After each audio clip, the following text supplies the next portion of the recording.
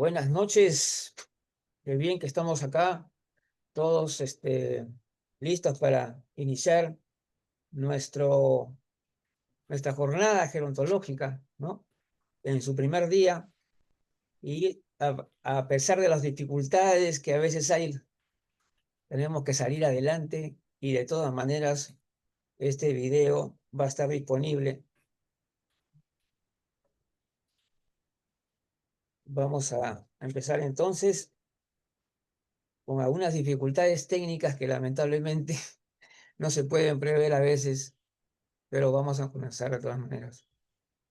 Pues bien, iniciando la jornada gerontológica por el 12 aniversario de la Central Gerontológica Internacional, vamos a iniciar entonces con la licenciada Mariela Ackerman.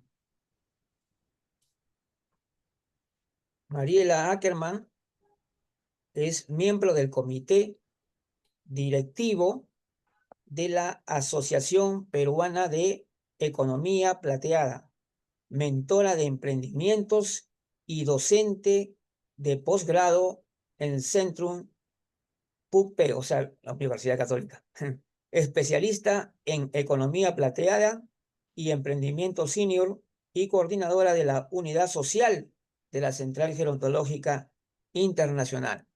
Entonces le damos el pase para que desarrolle el primer tema que les toca.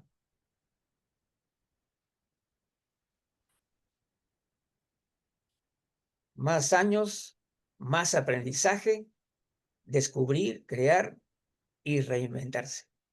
Muy bien. Bien, muchísimas gracias, Luigi, por la invitación. Muchas gracias a los que nos acompañan en directo y a los que participan, luego pueden ver la grabación. Si me permites compartir pantalla. Claro. Espérate. A ver. Ajá, ya está. Ok. Bien. A ver, la realidad es que ahorita estamos efectivamente viviendo más, pero lo que queremos es vivir mejor, o sea, no solo sumar años, sino realmente darles sentido. Eso creo que es el compromiso, el deseo de todos en general. Y así que me gustaría empezar con una pregunta, para que la respondamos en nuestras mentes. ¿Qué has aprendido hoy día? ¿Cuándo es la última vez que aprendiste algo? Porque aprender no es cuestión de edad, sino de curiosidad. El cerebro se adapta. El cerebro puede seguir aprendiendo si lo estimulamos, si le damos ocasión de que siga aprendiendo. Aprender nos mantiene vivos, conectados y con propósito. Nos permite, como dice el título de esta exposición, descubrir, crear y reinventarnos a cualquier edad. Aprender es abrir puertas a nuevos mundos, es descubrir competencias, talentos dormidos que de repente descartamos en esa vorágine que es la etapa de adultez. Es descubrir también nuevos gustos, es conectar también con nuestra creatividad, pudiendo surgir habilidades que ni siquiera nos imaginábamos que tuviéramos, porque la creatividad no se apaga con la edad. La creatividad sigue, necesita solamente espacio para desarrollarse. Y tal vez en esta etapa, a pesar de que nunca hayamos conectado con temas creativos propiamente dichos, sea una etapa propicia para eso. Permite también, nos ayuda a reinventarnos. En esa segunda mitad de la vida, los roles suelen haber cambiado.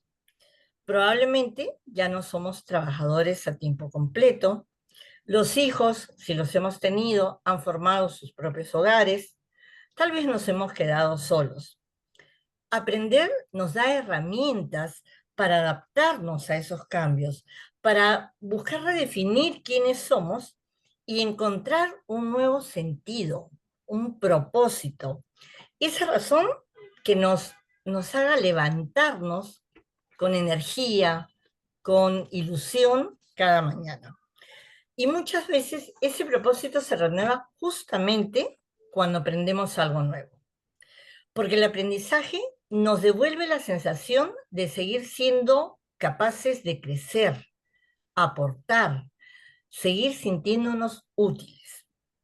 Una señora que, por ejemplo, aprende a usar las redes para vender sus tejidos, un hombre que vuelve a tocar guitarra después de 40 años, o un grupo de amigos, colegas del mundo corporativo que deciden iniciar una startup en el mundo tecnológico. La ciencia lo confirma.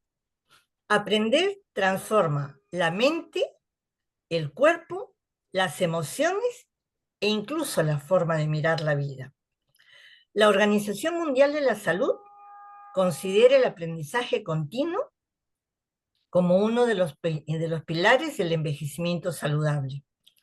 La UNESCO enfatiza que los mayores que siguen aprendiendo reportan mejoría en su bienestar y en su autonomía. Se sienten mejor. No solo mejora la memoria y la reserva cognitiva, esa que nos ayuda, que actúa como factor protector, retrasando incluso la aparición de algunos síntomas de deterioro cognitivo o enfermedades neurodegenerativas, como lo es, por ejemplo, el Alzheimer. Recientes estudios muestran también que incluso se ha reducido la brecha de salud vinculada al nivel educativo justamente con el aprendizaje continuo.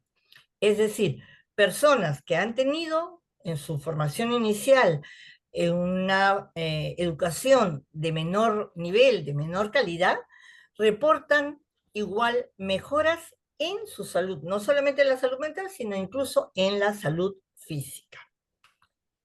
Otro estudio también longitudinal realizado en Singapur en las personas de 60 a más años halló una relación bidireccional. Participar en aprendizaje continuo predice el voluntariado y el voluntariado predice el aprendizaje continuo. Es decir, un círculo virtuoso entre aprender y participar socialmente, que facilita la cohesión social y la contribución a la comunidad de las personas. Y no hablamos solamente del aprendizaje formal, de la inscripción, la matrícula en un curso, en una institución educativa formal. Aprender puede ser desde descubrir una nueva receta en YouTube, usar otras funciones en nuestro celular, participar en un taller, ver un webinar que hoy tenemos a nuestra disposición y donde, por ejemplo, tenemos tanto material en la central gerontológica, escuchar un podcast. He de confesar que yo soy fanática de los podcasts porque la actividad de caminar me ha sido mucho más entretenida si me pongo los audífonos y escucho un podcast y sigo aprendiendo. Conversar con quienes tienen un bagaje de experiencias, de vivencias y miradas diferentes a las nuestras que amplían también nuestro panorama. Cada aprendizaje, por pequeño que parezca, refuerza esa sensación de capacidad, de competencia, y eso es clave para vivir con sentido. La jeragogía, que es así como se llama la rama de la educación, la disciplina educativa, que se enfoca en la enseñanza y el aprendizaje de las personas mayores, tienen en cuenta factores como una posible disminución de la percepción sensorial, las capacidades motoras de repente limitadas, los cambios cognitivos que pueden afectar ese aprendizaje, adaptando, por tanto, las estrategias pedagógicas para que justamente se logren los resultados esperados. Empatía, escucha activa y ese fomento del aprendizaje colaborativo son enfoques, ayudas que contribuyen mucho a una experiencia exitosa en ese aprendizaje. Las universidades para adultos mayores, la primera de las cuales surge en Francia en 1970, son estos espacios de aprendizaje y encuentro. Tienen programas de varios contenidos, están extendidas hoy por hoy en gran parte de los países y tienen sobre todo espacios también de intercambio intergeneracional, que nuevamente enriquece la mirada en el aprendizaje, en el vínculo, ¿no? Poniendo énfasis, hacen mucho énfasis en el disfrute, o sea, no solo el aprender por aprender, sino aprender de manera que uno se sienta contento, sienta que es una experiencia grata la que está viviendo. En el caso de nuestro país, algunas de las iniciativas que destacan, por ejemplo, la Universidad de la Experiencia, que tiene ya 25 años y que ha impactado en más de 10.000 alumnos y que tiene un amplio portafolio de programas para personas mayores.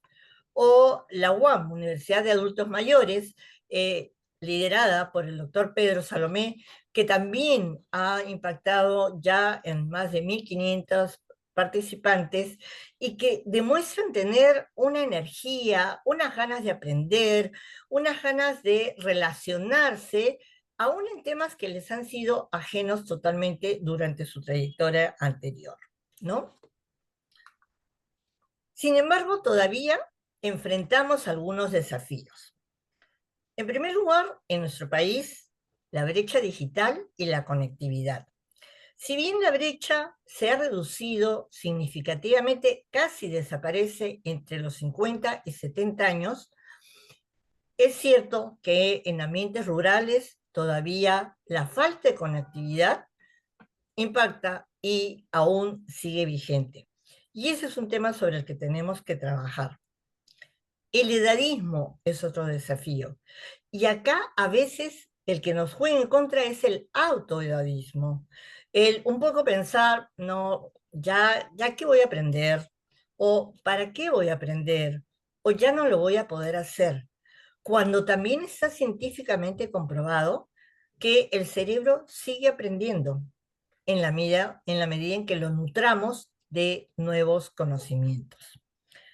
Y la escasez de ofertas, de una oferta rica, variada, ¿no? Además de que también tenemos políticas públicas insuficientes. Entonces, en este rol de este aprendizaje continuo, con foco en las personas mayores, todos tenemos un rol. El sector público, el sector privado, las familias y la persona en sí misma. El sector público necesita ampliar sus políticas públicas, promover el aprendizaje a lo largo de la vida, brindar servicios que vayan acorde a las necesidades de estas personas. Hoy por hoy, por ejemplo, tenemos entre las iniciativas más importantes del sector público a los CAM, Centros de Adultos Mayor de Salud, que son 126, pero que también ya han venido impactando a más de 60.000 personas mayores. O los CIAM, los Centros Integrales de Adulto Mayor de los gobiernos locales, las municipalidades, que tienen también, ellos sí son un poco más, están más presentes a lo largo de nuestro país, son 1.500, pero tienen también toda una oferta de talleres, de cursos, de charlas y de actividades que lo que hacen es ayudar a generar comunidad, a sensibilizar a las personas mayores sobre la responsabilidad que tienen sobre su propio bienestar y a conectarlos con otras personas para evitar la no, la tan complicada soledad no deseada, ¿no? Y acá nuevamente, en las visitas, yo visito diferentes centros, visito diferentes instituciones y sorprende gratamente la actitud de las personas mayores, estas ganas que tienen de seguir aprendiendo, y personas de 70, de 80 años que siguen participando, siguen vinculadas y siguen incluso también aportando ellas, ¿no? El sector privado necesita capacitar a su personal, ofrecer talleres, formación para mejorar, por ejemplo, la adaptación de sus colaboradores mayores, ¿no? La integración intergeneracional y además prepararlos para esa etapa nueva de la segunda mitad, porque ya no vamos a hablar de jubilación, ya dejamos ese ciclo de estudiar, trabajar y luego un poco descansar, retirarse. Hoy va a ser un continuo. Me voy a tener que permanentemente reinventar, tener oportunidades de aprender cosas diferentes. Las instituciones educativas tienen que también participar en incrementar su oferta, en ayudar a las personas a que tengan más posibilidades de aprendizaje. Y finalmente las familias, porque las familias tienen que acompañar, tienen que enseñar y tienen también que aprender juntos, y de esa manera se enriquece no solamente el impacto, no es solamente en la persona mayor, sino es también en las nuevas generaciones, en las generaciones jóvenes, que amplían su mirada y comienza a darse ese cambio de narrativa hacia un envejecimiento realmente activo, saludable y productivo. Aprender es, pues, seguir creciendo. Así que hoy los invito a atreverse a aprender algo nuevo, a enseñar algo que saben y sobre todo a mantener viva la curiosidad, que es ese bichito que tenemos dentro que nos lleva a descubrir estos nuevos mundos, estas nuevas experiencias. Más años, más aprendizaje, nuevas oportunidades para descubrir, crear y reinventarse. Y sobre todo, más razones para vivir con alegría y propósito. Muchas gracias. Bien. Muchas gracias, Mariela, realmente muy muy satisfactoria la exposición. Sobre todo, me ha gustado mucho porque yo creo que esa es la nueva imagen realmente que estamos viendo del envejecimiento. Ya es un nuevo escenario gerontológico, ya todo ha cambiado en pocos años. Sí, en pocos años Ujú, ha cambiado muchísimo, la verdad que sí. ujú. Muy bien, te agradezco bastante entonces. Y bueno, vamos a cerrar aquí pantalla. A ver, nos toca entonces la participación del licenciado Juan Campaña Miranda. Muy bien. A ver, vamos a darles el audio a Juan.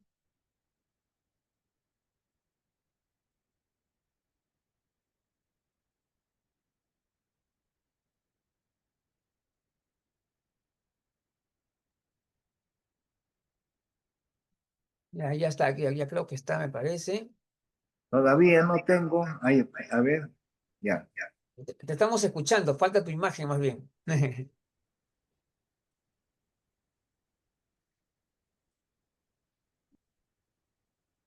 Ya.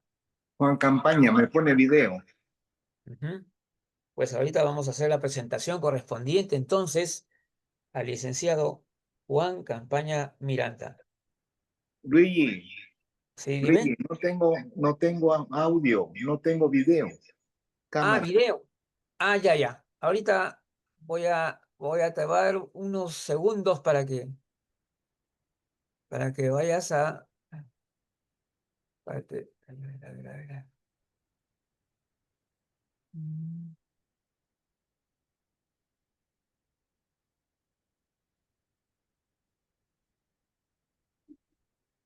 Ya, inicia video. A ver, Inicia video. A ver, ¿ya? audio y video, Ah, pero el no audio puedo está perfecto. verme. El audio está perfecto.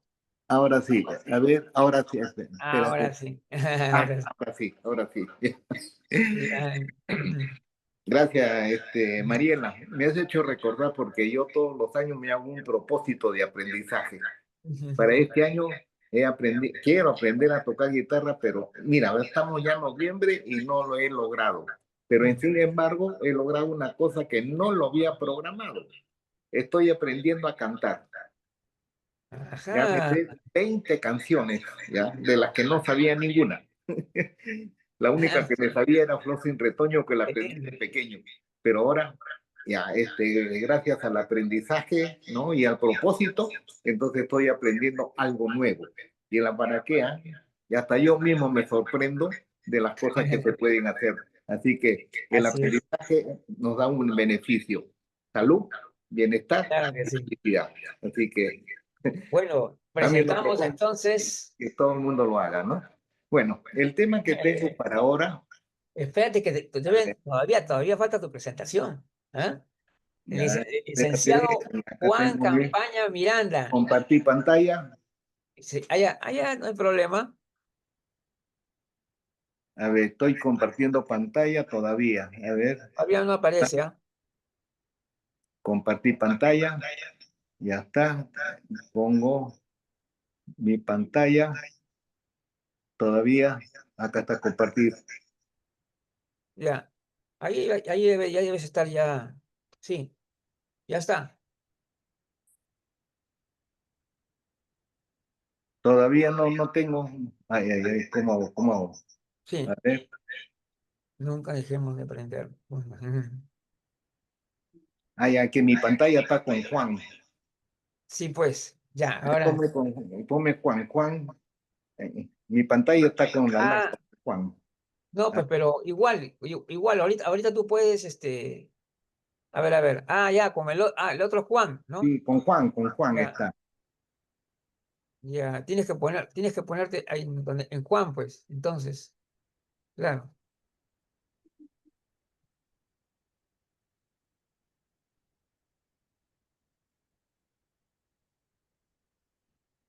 Estás con Juan Campaña. No, con Juan, solamente con Juan. Entonces, ya, entonces no vas a compartir pantalla con a ver, sí, pues, pero tienes que pedirme la A ver, solicitud, pues, espérate. sí.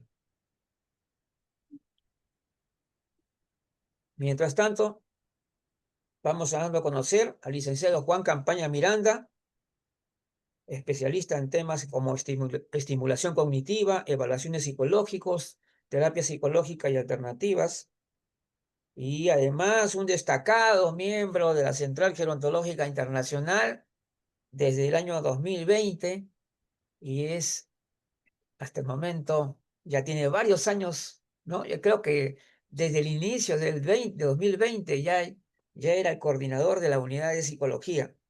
Eh,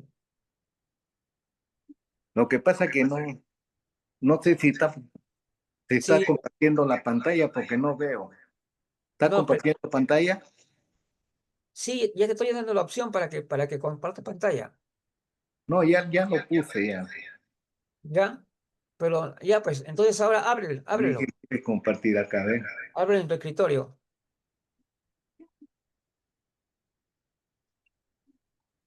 ¿Ves? Ya va a empezar a abrir, ahí se va a abrir ya, ahí se va a abrir. ¿Mm? Pero tienes que abrir tu presentación, pues,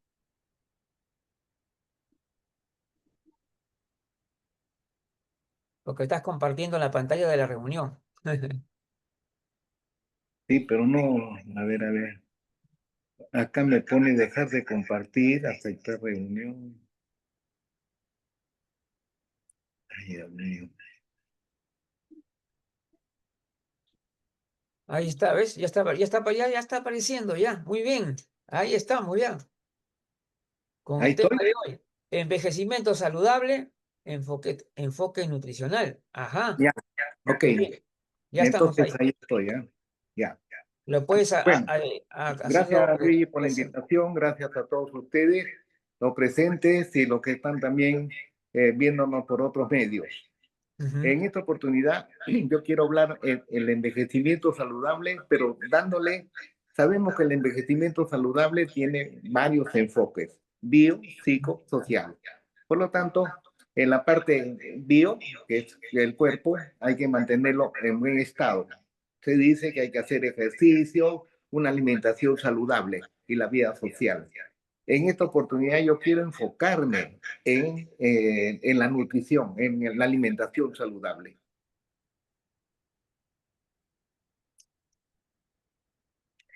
Vamos a hacer unos conceptos, ¿no? El envejecimiento saludable. No sé si le pongo acá. Mejor. Bueno, el envejecimiento saludable es el proceso de optimizar las oportunidades de salud, tanto física, mental y social, para mantener la independencia y la calidad de vida a medida que envejecemos. Hay que darle más vida a los años, no años a la vida. Por eso es que algunas personas envejecen mucho más rápido que otros. No, la edad no es el envejecimiento, es solamente un número. Dos personas de 80 años, como yo, que tengo 80 años, no, no nos vemos iguales. Eso depende de varios factores, ¿no? Entre ellos, pues, hemos visto el estilo de vida, sobre todo, ¿no? La salud, ¿se nace o se hace? La salud no es algo que se nace o se hace de forma exclusiva. Es una combinación de factores genéticos, como la biología en la que se nace, y los factores ambientales y también el estilo de vida. Lo que se construye a lo largo de la vida, ¿no? Eso es el estilo de vida. Se puede heredar una predisposición a ciertas enfermedades, pero el estilo de vida, como la alimentación, el ejercicio, hábitos saludables y el ambiente en el que se vive, tienen una influencia considerable en la salud, finalmente. Por ejemplo, ¿no? Se dice, pues, ha salido diabética a tu mamá. Oye, la mamá puede que sea diabética. Mi mamá ha sido diabética, ¿ya? Pero yo no tengo diabetes. Ya, me he hecho varias veces ¿no? Las pruebas, ¿no? De glucosa y eso, pero no tengo. ¿Ves? Entonces, ¿por qué? Porque llevo un estilo de vida saludable, ¿no? Entonces, ¿no es heredario? No es heredario. ¿Por qué? Porque lo que se hereda es el estilo de alimentación. Entonces, no he heredado la enfermedad en sí, lo que he heredado es el estilo de vida, la alimentación. Y eso es lo que ha contribuido contribuye a que una persona sea diabética, no porque ha sido hereditario, porque la herencia solamente lo define en 1 o 2%, ¿no?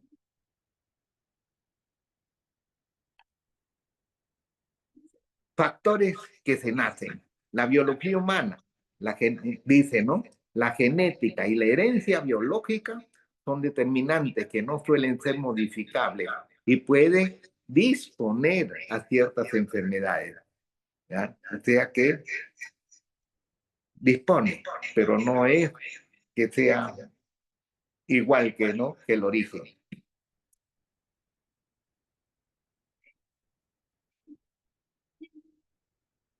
Factores que se hacen.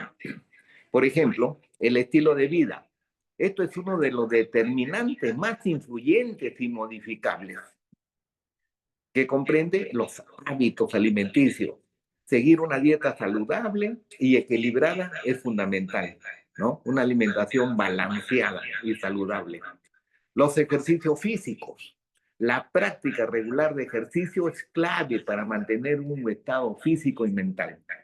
Aquí quiero agregarle algo que cada vez está en mayor difusión. Nosotros hemos dejado, dice, de compartir con la naturaleza. Y uno de los ejercicios descalzo es el que contribuye mucho más a fortalecer nuestra salud. Y eso, por eso que Japón antes tenía pues 10 bosques, ahora tiene como 100. Y en otros países se está incrementando el crecimiento de los bosques para hacer el, el ejercicio, ¿no?, de caminar descalza. Eso contribuye a nuestra salud.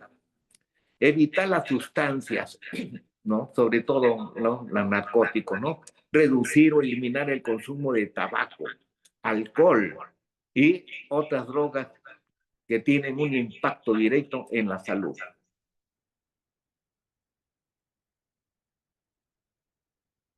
Otras que también otros factores, ¿no?, que se hacen. Las revisiones médicas, realizar chequeos regulares, seguir las indicaciones médicas es crucial para la prevención y el control de enfermedades.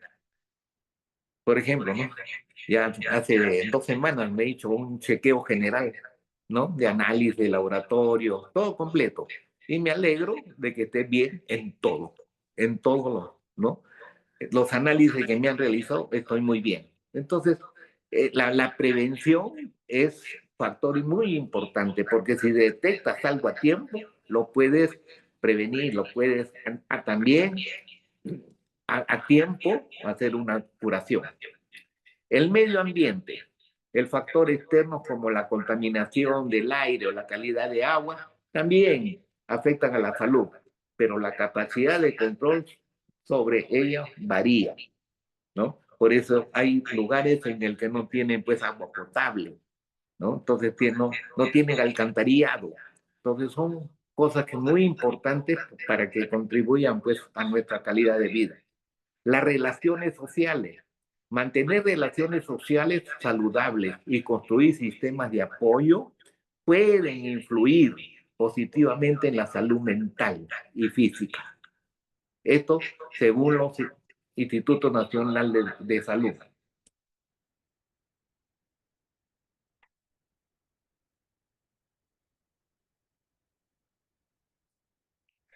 Y aquí vemos que es la alimentación saludable.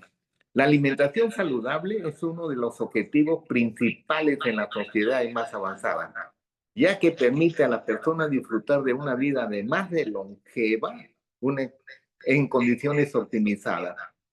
Cada vez más la preocupación de las personas por conocer lo que comen y las condiciones en las que se producen obliga a los estados a incorporar una información fidedigna en el etiquetado, como dice, alto, ¿no?, en azúcar, alto en sodio, alto en grasas saturadas.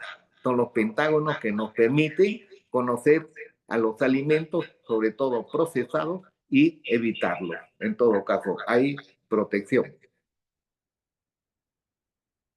¿Qué dice la OMS, ¿no?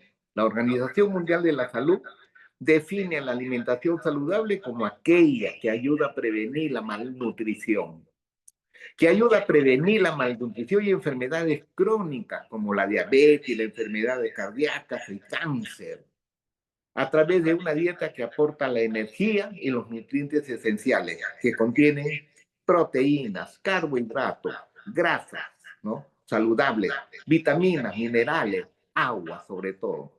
¿Y qué es lo que necesita nuestro organismo? ¿Y qué cosa es la nutrición? La nutrición es el proceso por el cual los nutrientes contenidos en los alimentos satisfacen las necesidades de nuestro sistema y aparatos con el fin de proporcionar a las personas una resistencia física adecuada a nuestra actividad diaria. Para llevar a cabo una correcta nutrición, debemos conocer las necesidades específicas de nuestro organismo en función de la edad, sexo y actividades que realizamos. Por eso también ya me fui a una nutricionista para que me haga mi plan de nutrición, ¿no? Corregido, porque cada cierto tiempo voy. ¿Por qué? Porque a medida que voy subiendo años, también es qué alimentos son para de acuerdo a una edad. No es lo mismo una alimentación para un niño que para un joven, que para un adulto, que para un adulto mayor. Cada uno tiene un balance de acuerdo a su organismo. ¿Qué es lo que necesitamos más? Más proteínas, ¿no? Menos carbohidratos, ¿no? Y también hay un equilibrio, pues, que necesitamos de vitaminas, proteínas, ¿no? Y minerales, ¿no?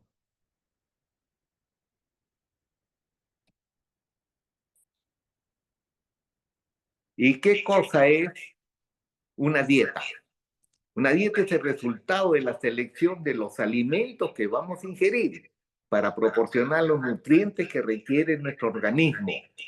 Por ello, las dietas dependen de otros factores o condicionantes como la cultura, la disponibilidad estacional de los alimentos y los gustos específicos de cada persona.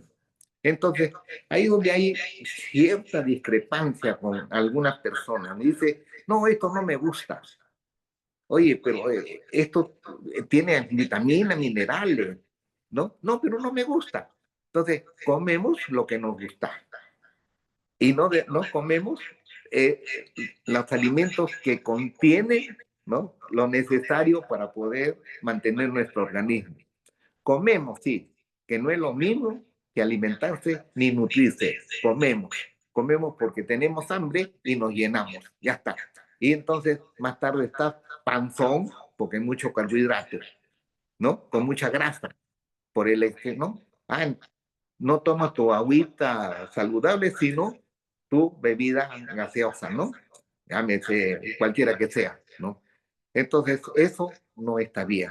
Debemos, ¿no? Como el otro día le pregunto, no me dijo un amigo, ¿no? Oye, ¿tú qué sabes de alimentación saludable? Estoy un poquito gordo, ¿qué hago? ¿Tomas gaseosa? Sí. Oye, ¿por qué tomas gaseosa? Porque me gusta, pues, ¿ya? ¿Y para qué es bueno la gaseosa? Ah, la gaseosa es bueno para el paladar. Es lo que me contesta, las gaseosas es bueno, pero para el paladar, ¿no? O sea, nos han acostumbrado o nos hemos acostumbrado a tomar bebidas dulces, ¿no? Y le metemos dulce a todo. Tomas un rico café, el mejor café, y le echas como 8 cucharadas de azúcar. Oye, no puede ser, bueno, las cosas son, como se llaman, espirituales. Es un café sabroso si tú lo tomas puro, pues, ¿no? Como cualquier otra bebida, ¿no? Pero nos hemos acostumbrado al café, a echarle azúcar. Y así como otra, comemos o nos alimentamos de lo que nos gusta, ¿no?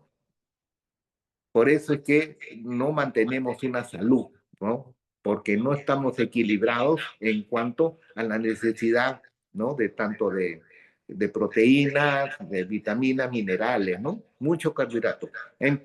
Dice, y hay una de las cosas que aquí voy a hablar, la dieta.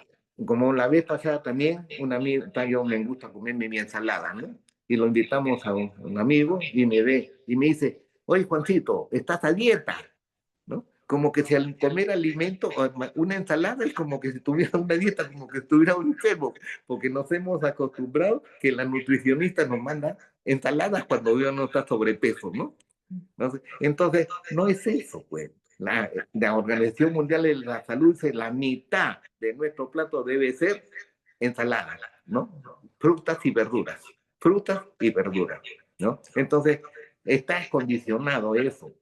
Por eso es que cuando uno habla de alimentación saludable, nos referimos siempre a las recomendaciones que nos dan.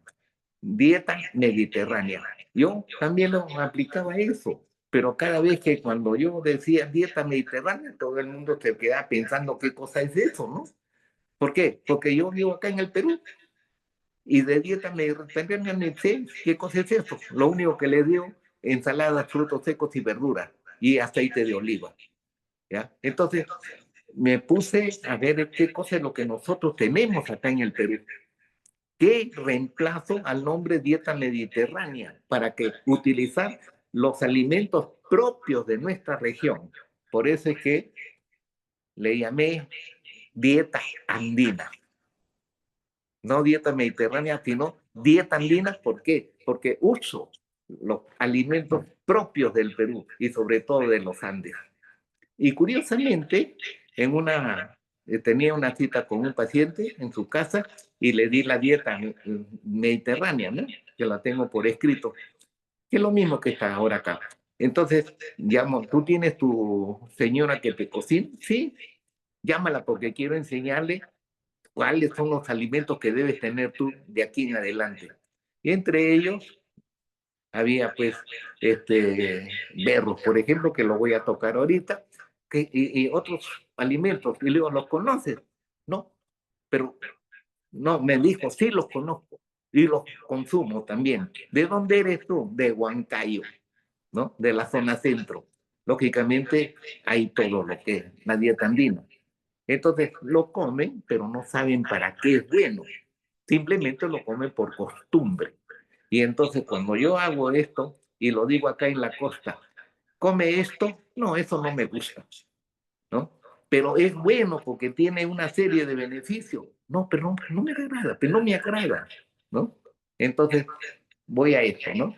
Así como la dieta mediterránea, que se caracteriza por un consumo abundante de vegetales, frutas, legumbres, cereales integrales, frutos secos y aceite de oliva, como fuente principal de grasa, incluye también una ingesta moderada de pescado, de lácteos, ¿no? Y limita el consumo de carne roja, procesados y dulces. En nuestro Perú existe la dieta andina. Por si acaso, ese nombre lo he puesto yo, dieta andina, que por sus abundantes nutrientes es considerado como superalimento con beneficios para la salud.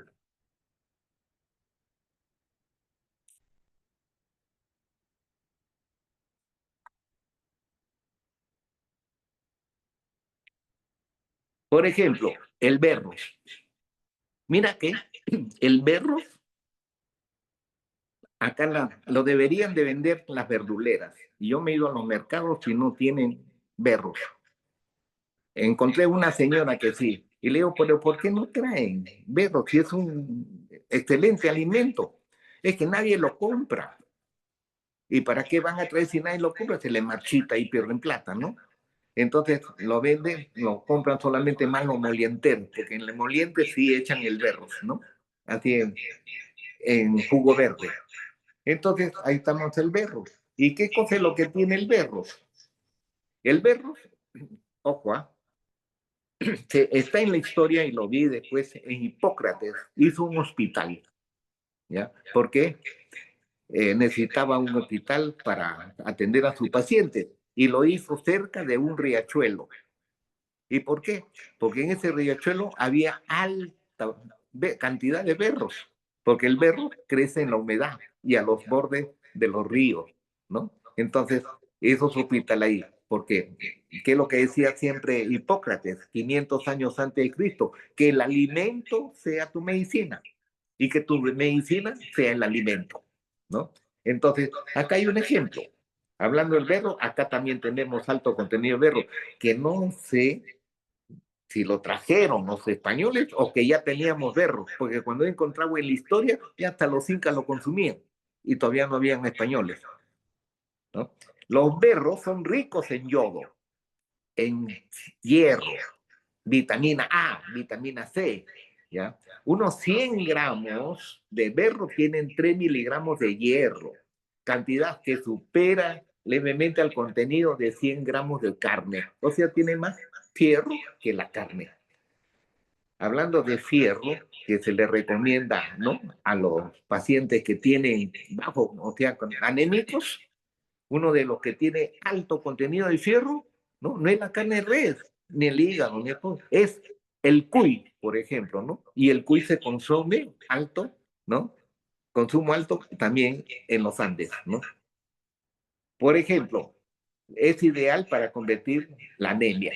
Se puede usar en ensaladas, en sándwiches y hasta en sopas. Así que espero que McDonald's lo pueda, ¿no?, incorporar el berro. Mandó un amigo de Bembo acá, ¿no? Entonces, en vez de lechuga. Es un súper antioxidante. Entonces, hablar de súper antioxidante, como ahora que estaba en una clase, es el antienvejecimiento, ¿no? Y la incorporación de una mejoría a nuestras células para evitar que se oxiden o produzcan radicales libres. Por eso el consumo de antioxidantes. Los antioxidantes naturales presentes en el alimento, como el berro, pueden ayudar a prevenir el denominado estrés oxidativo, que sufren todas las células del cuerpo con el paso del tiempo. O sea que, fíjate la cantidad de antioxidantes que tiene esto, ¿eh? Bajo en calorías. Mira, una taza de berro de 34 gramos de berro aporta solo 3 calorías. Más nutrientes que calorías. Aliado en el sistema inmunitario. Cada porción de 34 gramos de berro contiene hasta 15 miligramos de vitamina C. Debido a esto, su consumo también es beneficioso para las personas con sistema inmunitario debilitado.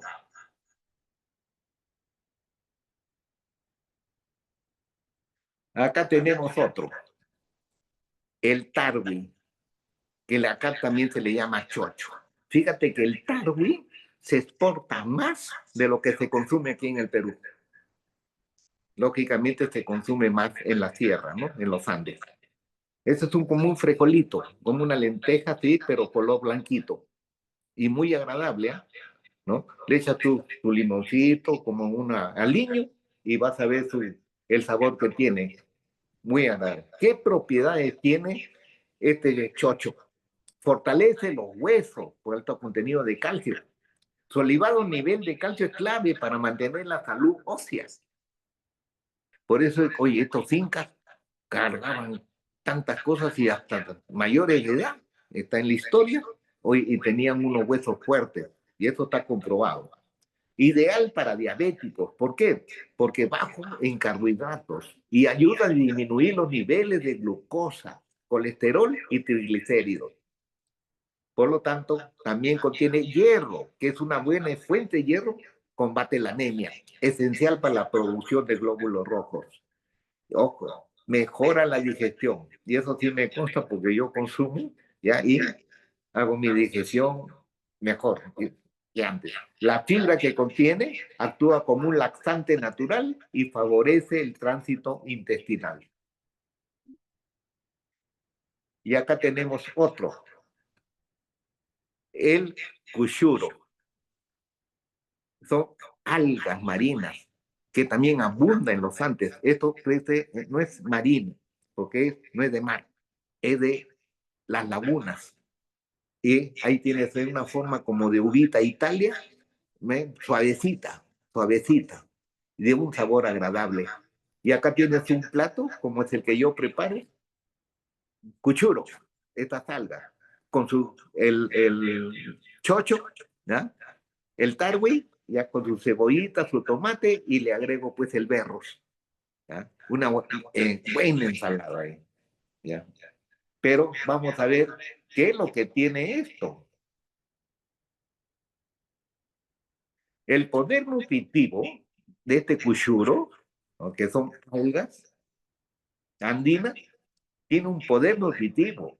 Esta cualidad convierte al cuchuro en un alimento ideal para fortalecer y estimular el crecimiento de los huesos y dientes. Por eso es recomendable para los niños también. También para mantener o elevar los niveles de hemoglobina en la sangre. De este modo previene la aparición de la anemia en el organismo. Este alimento tiene una alta dosis de proteína, ideal para el adulto mayor, proteína, esencial para el crecimiento, también para los niños, fortalece la masa muscular, que es lo que a nosotros nos falta, ¿no?, por la falta de proteína, y estimula la producción de colágeno, que mantiene la elasticidad de los ligamentos, ¿no? Oye, esto es ahorita una moda, todo el mundo colágeno, colágeno, colágeno, ¿no? Entonces, el colágeno está acá, pues, ¿no? Está en tu alimento. ¿Sabe qué me dicen? Cuando yo les digo, no, yo no como esto, comen los cholos, esto comen los serranos, ¿no, Mayo?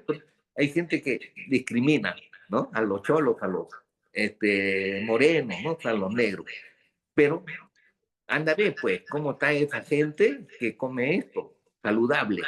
Pero sin embargo, estamos acá nosotros acostumbrados, no, eso no me gusta. Come lo que te proporciona, ¿no? Lo necesario para mantenerse bien de salud. Acá tienes, ¿no? La proteína refuerza además el sistema inmunológico, previniendo de este modo gripes y resfríos.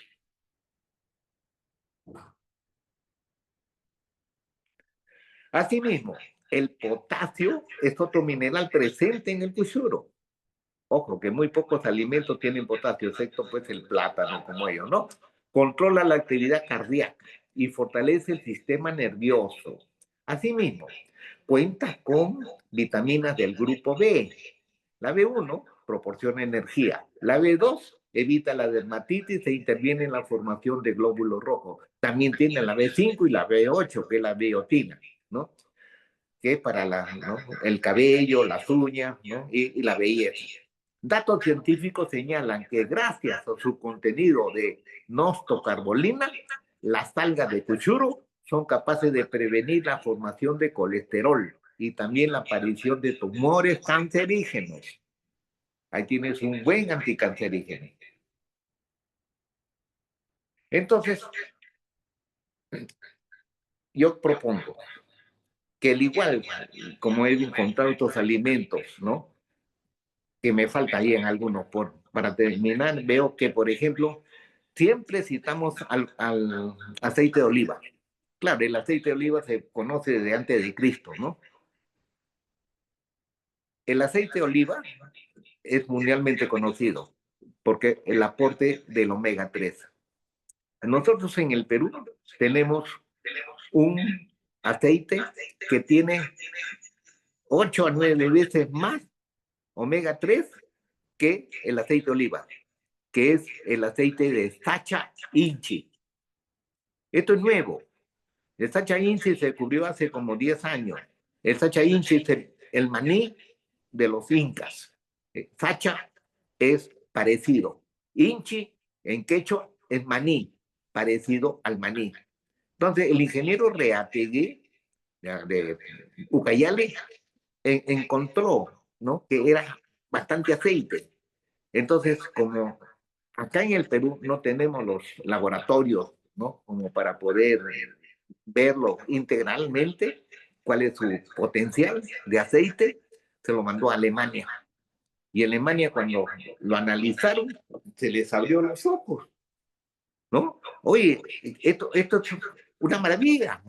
¿Qué es esto? ¿No? Se encontraron que tenía más omega 3 que el aceite de oliva. Por eso es que hoy en día se exporta más que el consumo que nosotros lo hacemos en el Perú. Porque en afuera, cualquier país, se alimentan, ven lo necesario para nuestro organismo, no come lo que les gusta y tampoco lo que te llena, comer para llenarse, ¿no? Entonces, nos falta realmente una cultura nutricional. Aquí, yo he visto que mucha gente le pregunto y no lo conocen, ¿no? Propongo, ¿no? Que esto no es suficiente nombrar a la dieta mediterránea como un alimento saludable, porque cada país tiene sus propios alimentos que se han consumido de hace miles de años. Por ejemplo, acá en el Perú, desde el tiempo del Imperio Incaico, ¿no?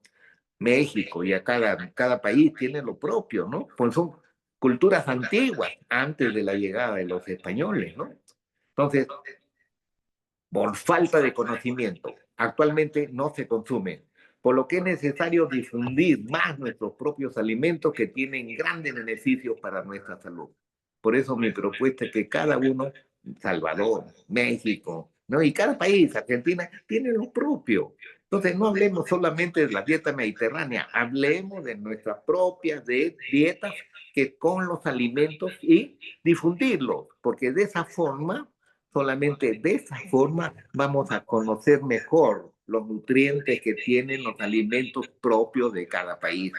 Entonces, culturicemos en la parte nutricional.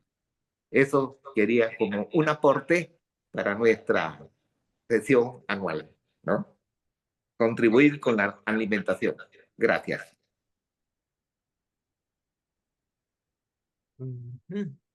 Muy bien, muchísimas gracias, Juan. Realmente, qué interesante, la verdad. Y muchas veces no conocemos los alimentos que tenemos acá, imagínate.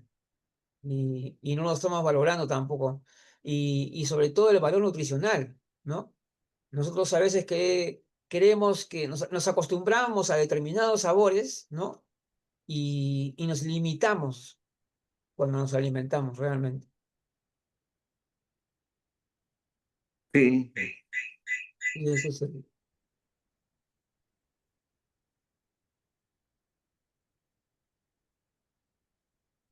Ujú. Súper interesante, como dice acá Mariela, súper interesante. Juan, poner en valor nuestros productos y rescatar los sabores.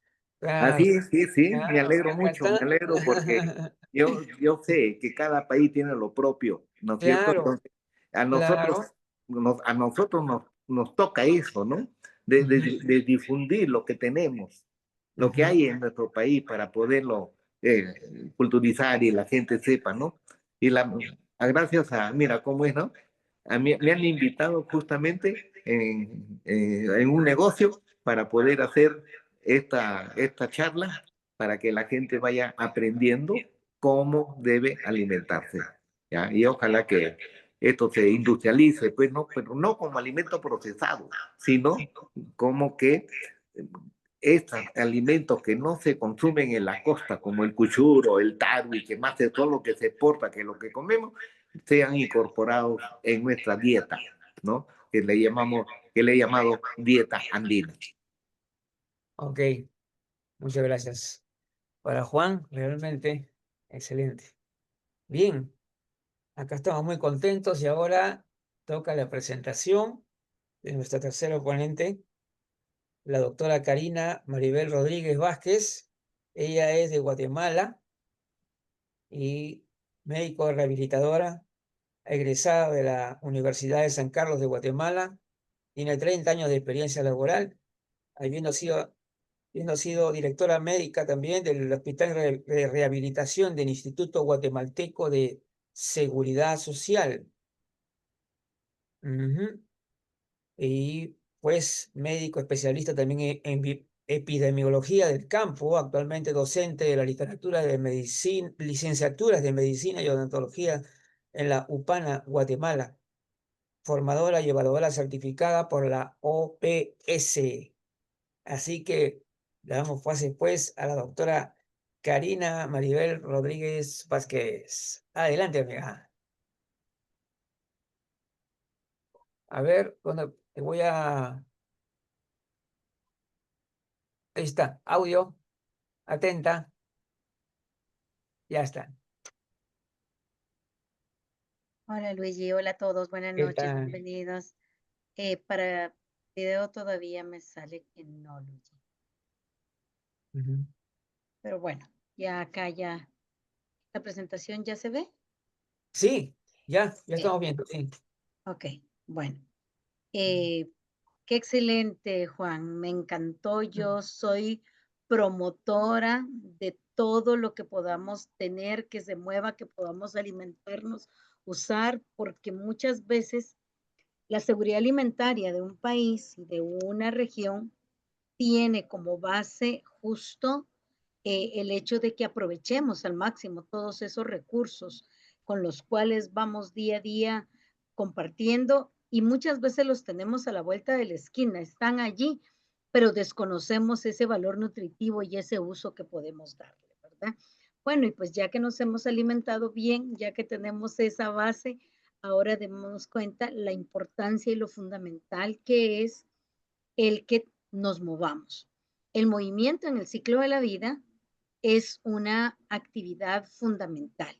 Es muy, muy importante que nosotros tengamos presente que el no movernos va a generar pérdida de años de vida va a generar pérdida de capacidad cognitiva y justo lo que en la primera charla escuchamos, ¿verdad? O sea, todo el tiempo debemos retarnos a aprender algo, a generar una oportunidad de crecimiento individual y a buscarlo de manera proactiva porque al final, pues en cualquier momento nunca va a ser de más tener cualquier tipo de habilidad, cualquier tipo de competencia. Entonces, para nosotros poder llegar a esa meta, pues necesitamos movernos, mover nuestros brazos, mover nuestras piernas, mover nuestro cuerpo, trasladarnos, movernos de un lugar a otro. Entonces, cuando ya tenemos a una persona mayor, si principalmente ha tenido algún factor de riesgo, pues entonces vamos a iniciar a hacer una evaluación.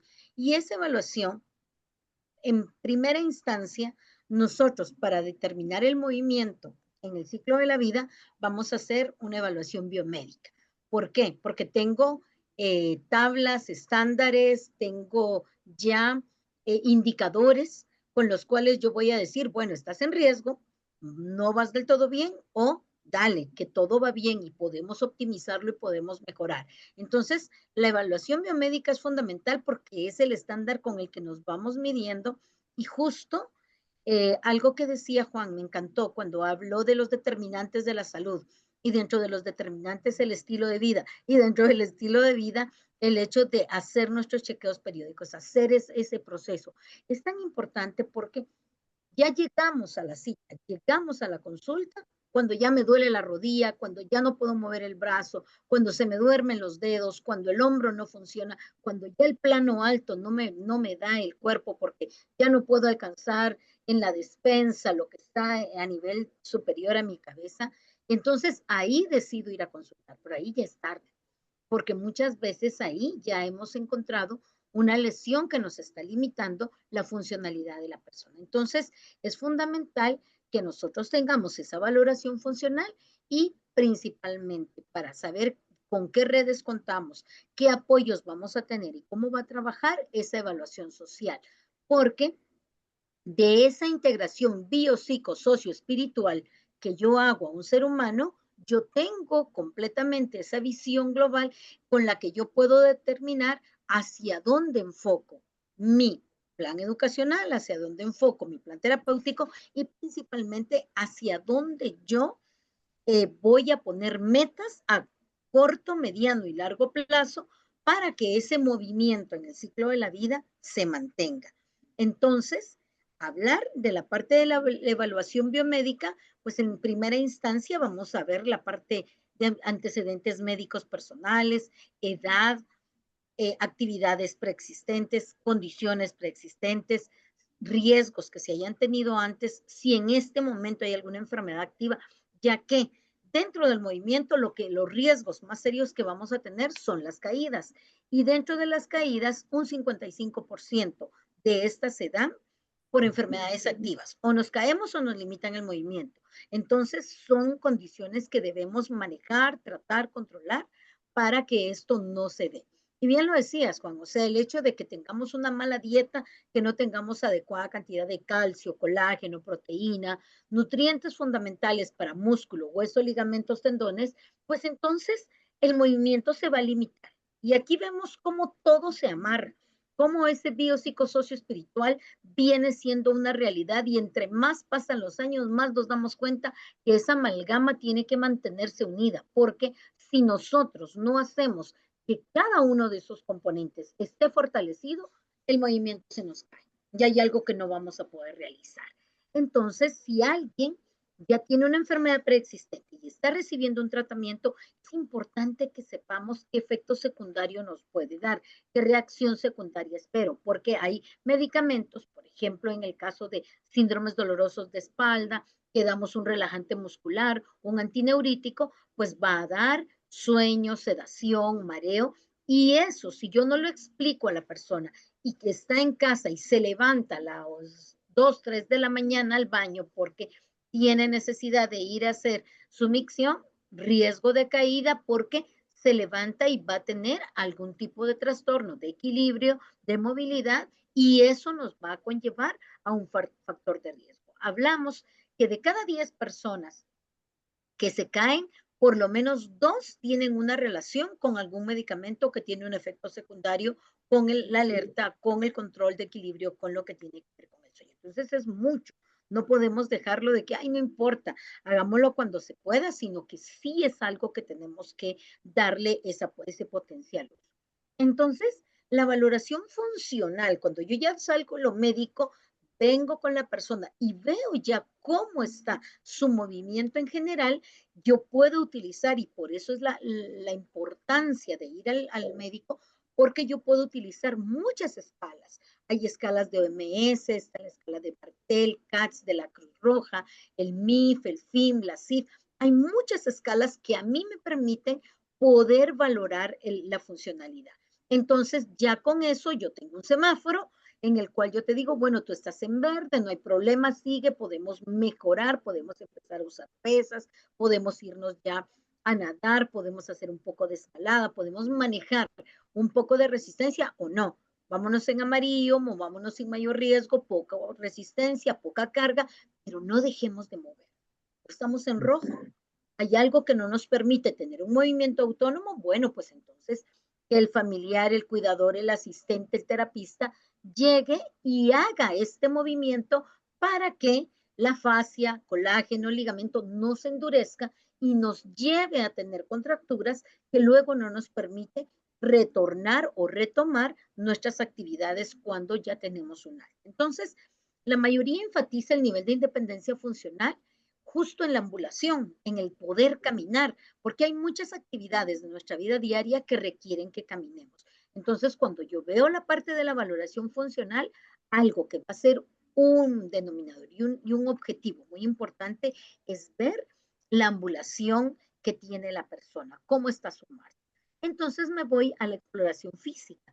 Y en la exploración física yo tengo que ver cómo está el aparato cardiorrespiratorio.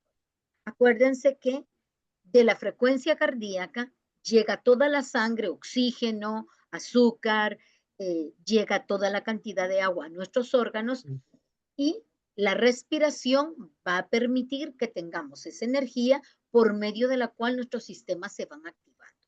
Entonces, si yo tengo una mala adaptación a cambios tensionales, tengo alterado todo mi sistema de monitoreo de mi presión arterial, al momento que yo cambio de posición y voy de estar acostado sentado a estar de pie, esos cambios que mueven volumen, porque cambiamos la tensión, cambiamos resistencia, van a disminuir la sensibilidad de mis vasoreceptores y eso puede llevarme o a un riesgo de caída o a un riesgo de mareo o que yo no pueda hacer una actividad con adecuada coordinación. Entonces es muy importante que nosotros hagamos de manera dinámica, cuando somos los facultativos, cuando hacemos la valoración, hay que hacerla vivencial, no que me diga, mira, te puedes levantar bien de la cama, puedes levantarte cuando vas al baño, te levantas sin dificultad, y la persona de pronto se va a acordar de las veces que sí, pero si ya yo me pongo a indagar y me pongo a revisar, con el solo hecho de decirle, ve y párate, y no lo logra hacer sin ayuda, sino que tiene que buscar el soporte para hacerlo, eso a mí ya me da un indicador de que hay situaciones que debo fortalecer antes de yo poder trabajar un programa de fortalecimiento físico, sino me voy a trabajar todos los componentes que tienen que ver con equilibrio, con todos los cambios de volumen circulatorio y debo tener ese cuidado de utilización de vendas, utilización de medias, cómo voy a trabajar esos cambios de volumen, porque es muy importante que nuestro cuerpo tenga esa capacidad. Si ya no la tiene porque la ha ido perdiendo, pues tengo que ver cómo logro que esto venga y se pueda recuperar. Siempre en la exploración física voy a hacer un examen neurológico. Recordemos que en la medida que van pasando los años, van disminuyendo la propiocepción, el reflejo de enderezamiento y el aumento de lo que es el tiempo de reacción.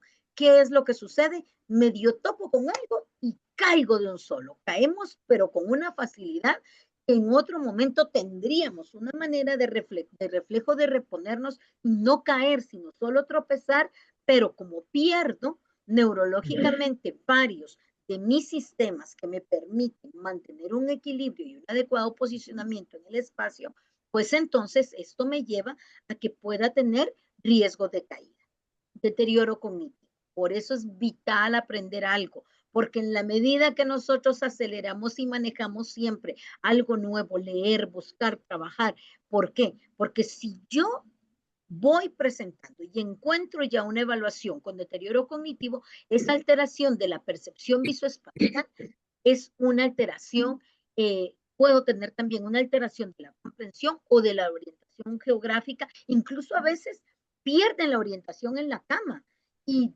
bajan, o sea, se mueven y se rotan hacia el lado donde no tienen una contención y por eso tenemos incluso en situaciones de movimiento en el lecho caídas de la cama porque perdemos la orientación que tenemos cuando estamos acostados. Se nos olvida hacia dónde podemos tener un movimiento seguro o hacia dónde debemos buscar un soporte para movernos. Entonces, eso es muy importante que lo tengamos en cuenta. Hay, desde el punto de vista neurológico, daños definitivos. Cuando ya tenemos una condición médica que me lleva a tener acinesias, rigideces, cuando tuvimos una enfermedad cerebrovascular y este evento ya me provocó daño a nivel cerebral y ya perdí, quedó pléjico, ya no tengo la fuerza en un brazo, una pierna, ya no puedo moverme, ya no puedo expresarme, ese equilibrio se me va, incluso tengo una anomia.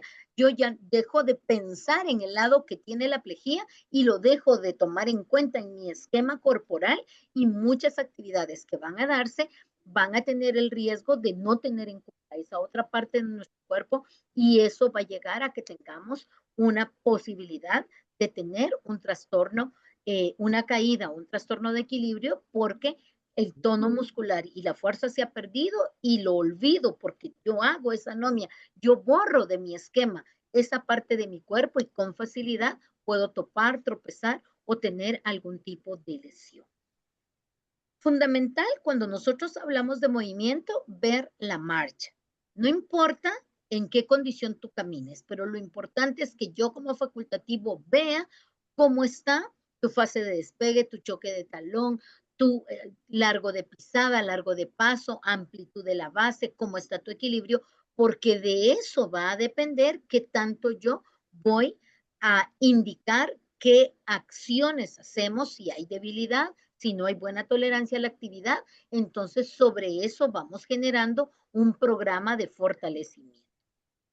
Por el uso, por la vida, por los años, el deterioro articular se da. Si hice algún deporte de alta resistencia, de alta demanda, de mucho contacto, acelero ese deterioro articular y no tiene, como bien lo dijo Juan con sus 80 años y está también en todo sentido, no tiene nada que ver la edad cronológica con el deterioro articular. Tenemos personas menores de 50 años por mucho contacto físico con artrosis muy, muy severas, por lo que en edades tempranas se tienen que dar reemplazamientos de caderas, de rodillas, se tienen que hacer procesos ya invasivos severos porque tenemos gran dolor, hay deformidad o ya no tenemos esa autonomía de movimiento.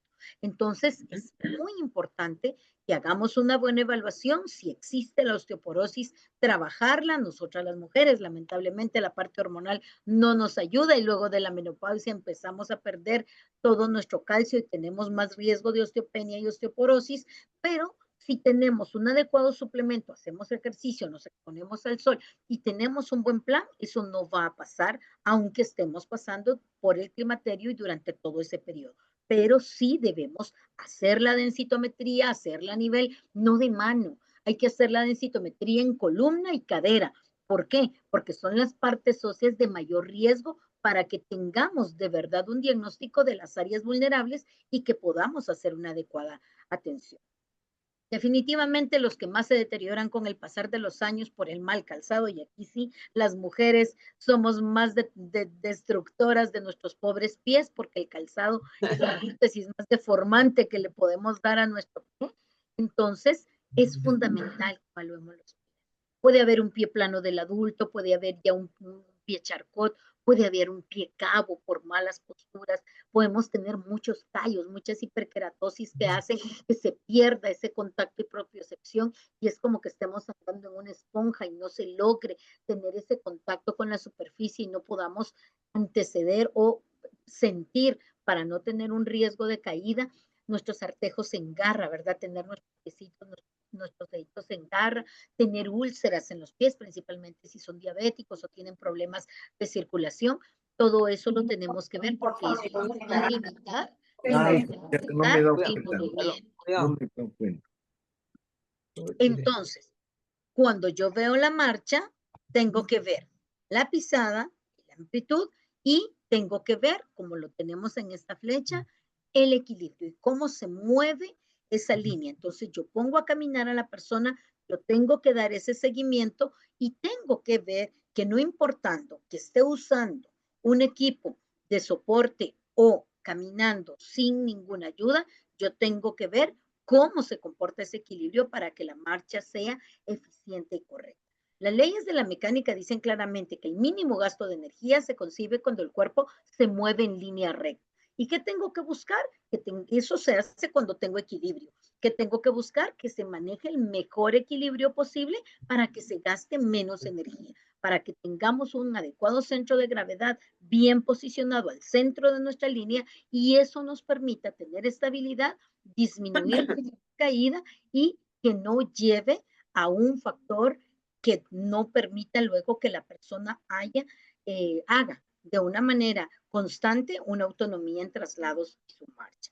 Entonces, cuando yo evalúo el equilibrio y la marcha, es fundamental tener cómo está utilizando su visión, porque una deprivación visual tiene un 50% de compromiso de inestabilidad. Es una persona que necesite una ayuda para poder ver y no la esté utilizando, tiene la posibilidad, el doble, de que pueda tener una lesión. ¿Por qué? Porque estamos teniendo un factor de deprivación que tiene que ver en la mitad de todo lo que está en su sentido de estabilidad.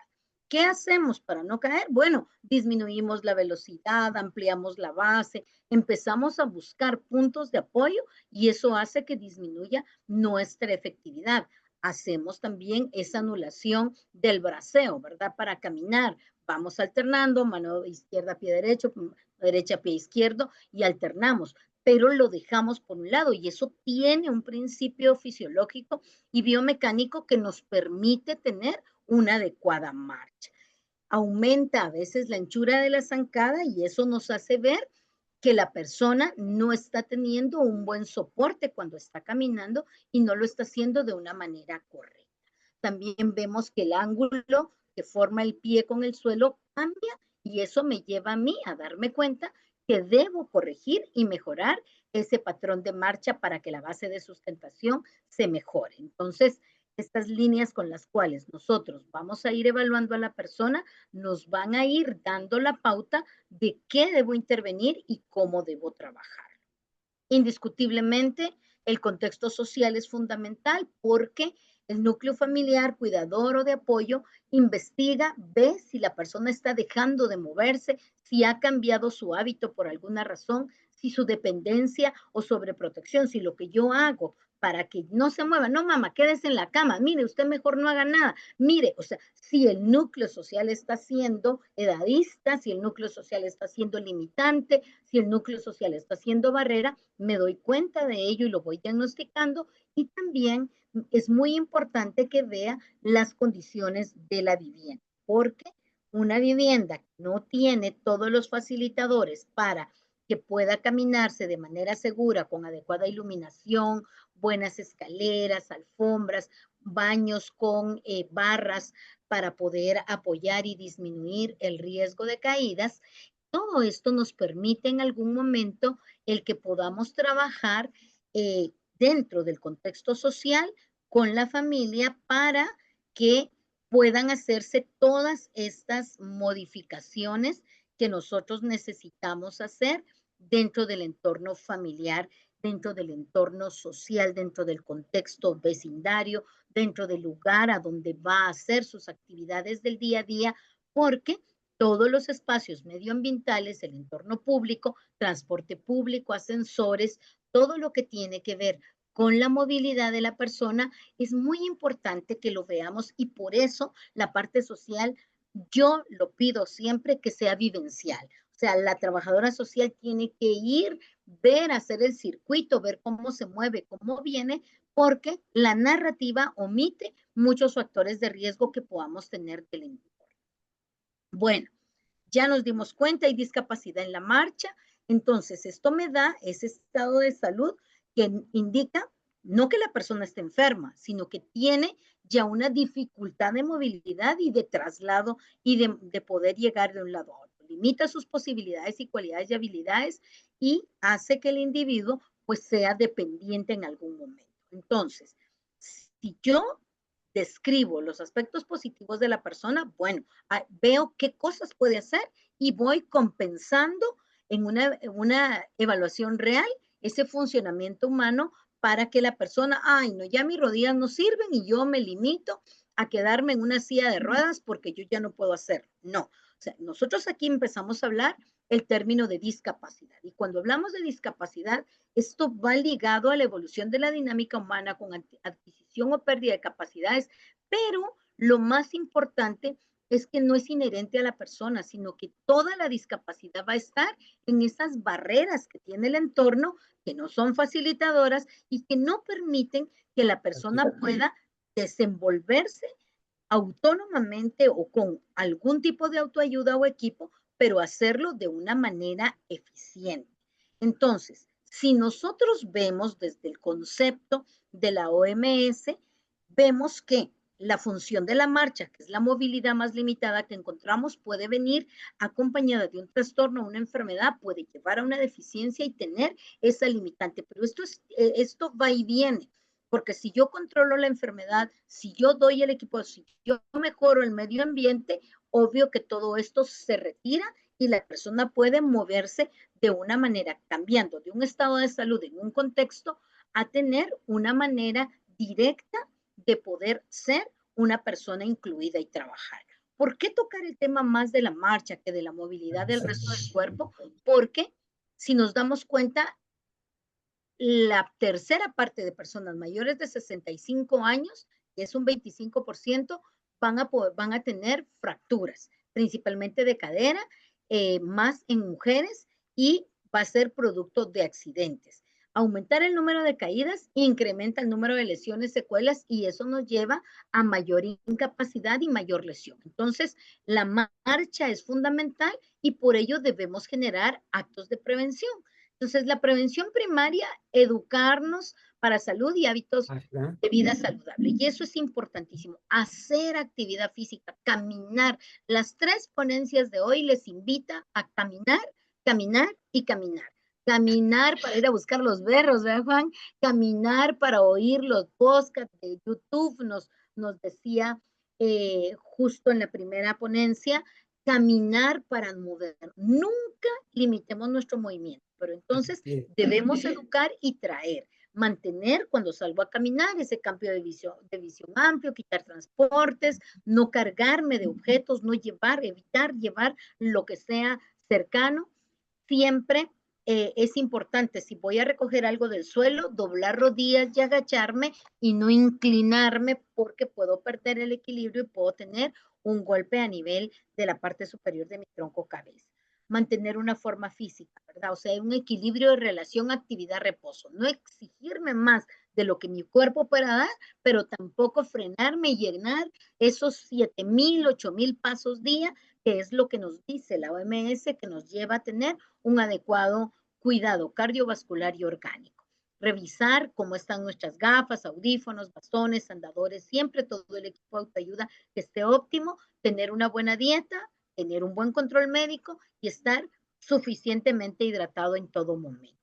Siempre en prevención primaria, los zapatos. Debemos usar zapatos adecuados, nunca sandalias que no tengan una sujeción posterior, nunca estos zapatos, perdón por decir la marca, pero tipo Crocs, que nos hacen no tener ningún soporte ni adecuada ubicación de nuestro pie, que sea una suela antideslizante, que no dé fricción y que sea de un tacón bajito, más o menos de 2 a 4 centímetros la altura del tacón, y entre más ancho, mejor. Evitar llevar zapatillas sueltas, ¿verdad? O sea, no amarradas y tienen cintas, porque nos podemos parar en la otra y podemos generar algún tropiezo. siempre por lo menos una visita al médico al año, controlar las enfermedades crónicas y sí recomendamos al que debe usarse una muleta, un bastón, un andador, usarlo, porque lo que pasa es que muchas veces caemos en una negación que no lo necesitamos y lo prescribimos la mayoría de veces para prevenir una caída, porque sabemos que ya hay compromiso de propiocepción, de fuerza, de coordinación, de equilibrio y para prevenir una caída. No es que no puedan caminar, sino porque estoy dándolo para hacer un acto de prevención. Y eso siempre tomarlo en cuenta en todo momento. El riesgo ambiental es importante informar a la persona mayor, familia o asistentes o cuidadores de los peligros que puedan estar en el medio, habitación, domicilio, residencia, entorno, y estos que se minimicen al máximo para que esos factores extrínsecos no vengan a ser causantes de daño. Pasa que también tenemos hábitos insalubres, como en toda la línea de vida somos parte de, entonces disminuir el consumo de alcohol, tabaco, la polifarmacia, la automedicación es fundamental porque a veces no sabemos qué efectos pueden darse al combinar medicamentos que ya tomamos por necesidad con otros nuevos y la automedicación nos puede traer una complicación y riesgo que luego puede ser catastrófico principalmente en nuestra movilidad. Iluminación, interruptores en las entradas que tengamos ahora, ya tenemos tecnología que podemos pedirle que encienda desde que me levanto, le digo, hey Google, hey Siri, hey, la que tengamos, enciende la luz, ya yo me levanto iluminado. Entonces hemos tenido estas charlas en las cuales la tecnología usémosla para nuestro beneficio y aprendamos a hacerlo. No es difícil, hay muchas cosas que podemos mejorar, que no tengamos cables eléctricos sueltos. Hay que tratar de dejarlos en orillas, en lugares donde no interrumpan paso o de poner un adhesivo, algo que permita aislarlos para disminuir el riesgo de una caída. Ya dijimos poner barandillas en baños, en el retrete, en escaleras, en lugares donde sea, en rampas, donde sea necesario, no utilizar escaleras sin barandillas, porque eso nos puede traer un factor de riesgo. En la cocina, en no colocar cosas ni demasiado bajas ni demasiado altas, para que no estemos usando escalerías, sino que queden en nuestros planos medio, alto, bajo, de funcionalidad y no tener que estar usando dispositivos para alcanzar los objetos. Perdón, esta se me duplicó. En la prevención secundaria, que es importante, comienza cuando la persona ha tenido una afección y que tenemos ya factores que deben incluir en la causa. Entonces, es importante que todos los que tengamos expresados en una condición médica o que vayamos trabajando, los veamos en cuenta, porque cuando yo trabajo, ya una persona mayor, estamos hablando ya de un centenario, una persona que ya tiene muy afecto todo su proceso, ya tiene una prótesis, ya tiene una intervención que ha requerido mayor cuidado, pues tengamos en cuenta que la evaluación diagnóstica antes del evento es importante, que la corrección de los peligros ambientales es fundamental, que quitar los factores de riesgo intrínsecos, eso lo podemos hacer, y que los factores desencadenantes se vuelvan a quitar para que no tengamos una recaída. Terminamos con una prevención terciaria. Esta está basada en corregir la presencia de discapacidad secundaria al evento y esto da todas las medidas rehabilitadoras para disminuir la secuela. Mejorar coordinación, equilibrio, arcos de movimiento, fuerza, autonomía, que es lo que vamos buscando. ¿Cómo lo hacemos? Por medio de equipos. Los equipos de rehabilitación son manejados interdisciplinar, transdisciplinar, multidisciplinarmente. Debemos esa parte física, emocional, espiritual, reducimos al máximo esos efectos secundarios de la lesión que pudiéramos presentar, evitar úlceras, contracturas, anquilosis, mejorar fuerza. Y entonces, yo arranco de una condición, mejoro el equilibrio, mejoro la coordinación y voy llevando a la persona a ese máximo potencial de funcionamiento y que tenga autonomía. ¿A dónde lo llevo? A donde la persona quiera llegar. Yo voy a hacer que su vida diaria sea autónoma, pero este ciclo yo lo tengo que ir a hacer de manera cuidadosa día con día para que no vuelva a tener una recaída y para que no se enfrente a factores de riesgo. ¿Quiénes trabajan en un equipo de rehabilitación? Muchas personas.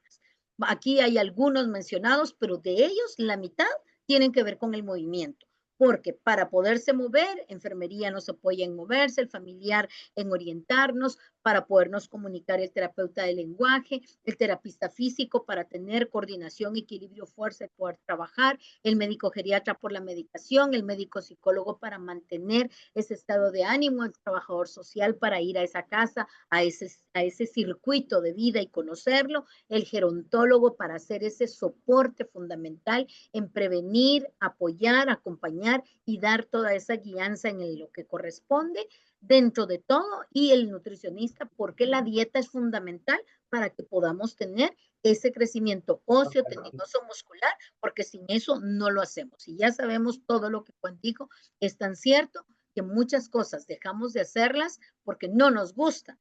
Y aunque yo tengo muchos usuarios que dejan de cuidarse, dejan de hacer porque no quieren comer, porque no tienen hambre, y son diabéticos y son hipertensos y no comen. Entonces, hablar de que el alimento es parte de la vida, que debemos cuidar, que debemos trabajar, que debemos hacer un trabajo en equipo eficiente y que debemos buscar la optimización de todos los procesos es fundamental.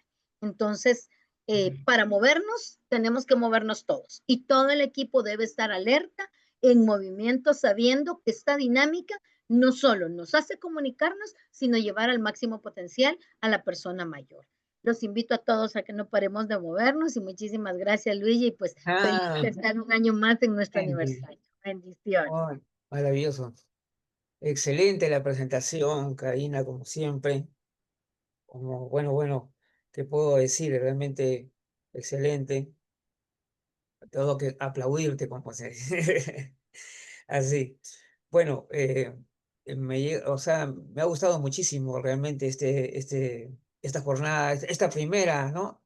Parte de la jornada gerontológica de aniversario, realmente todo ha estado muy interesante, muy valioso realmente lo que se ha dicho y bueno, ahí me quedo, bueno, vamos a simplemente a invitarles a que sigan participando, ¿no? Asistan a las todavía dos días más todavía que nos quedan. A ver, vamos a ver, justamente el día de mañana, bueno, está dedicado, son profesionales, todos son de México, mañana, mañana todos son de México. Sí, la magíster Luz Zaragoza, como Más allá de los años, reinventar la vida en cada etapa. La magíster Judith Ávila, ustedes ya saben que es la subdirectora académica de la Central, heridas silenciosas, adicciones en las personas mayores. Y con el doctor Marco Antonio Cubillo, que también nos acompaña hoy día, con la nueva longevidad, más años y nuevas formas de vivirlo, que es un tema también muy importante. Y por supuesto, el día 14 ya es el cierre toda esta jornada, de estos días tan interesantes, la conferencia anual que se llamará Hacia una nueva cultura gerontológica y el factor crucial de la comunicación. Me acompañarán como panelistas la magíster Judith Ávila, el doctor Marco Antonio Cubillo, la doctora Karina Rodríguez, que está aquí también, y la magíster Luz Zaragoza también. Así que prácticamente todo el equipo, casi todo el equipo de Vanguardia Gerontológica va a estar ahí presente. Y justamente le quería decir, por ejemplo, en realidad quería un poco adelantarles de la conferencia, el contenido de la conferencia, porque la gran parte de la conferencia va a ser, lógicamente, temas de análisis, de reflexión en el tema gerontológico, pero hay un segmento en que vamos a hablar específicamente de la central, y luego de ello, luego de la participación del panel, finalmente vamos a tener una pequeña reunión de unos minutos justamente para brindar, para agradecer y también para felicitar a muchas personas que realmente, porque yo tengo que decir muchas cosas, muchas personas que que están en la central, que realmente se merecen un agradecimiento público, ¿no? Un reconocimiento público a la colaboración tan grande que han tenido. Entonces, yo creo que también eso es importante. Y por supuesto, a brindar, a brindar de todas maneras, ¿ya? Así que nos veremos entonces. Bueno, seguimos entonces mañana con el doctor Marco Antonio Cubillo, Luz Zaragoza y Judith Ávila. Entonces, ahora sí nos despedimos. Hasta el día siguiente.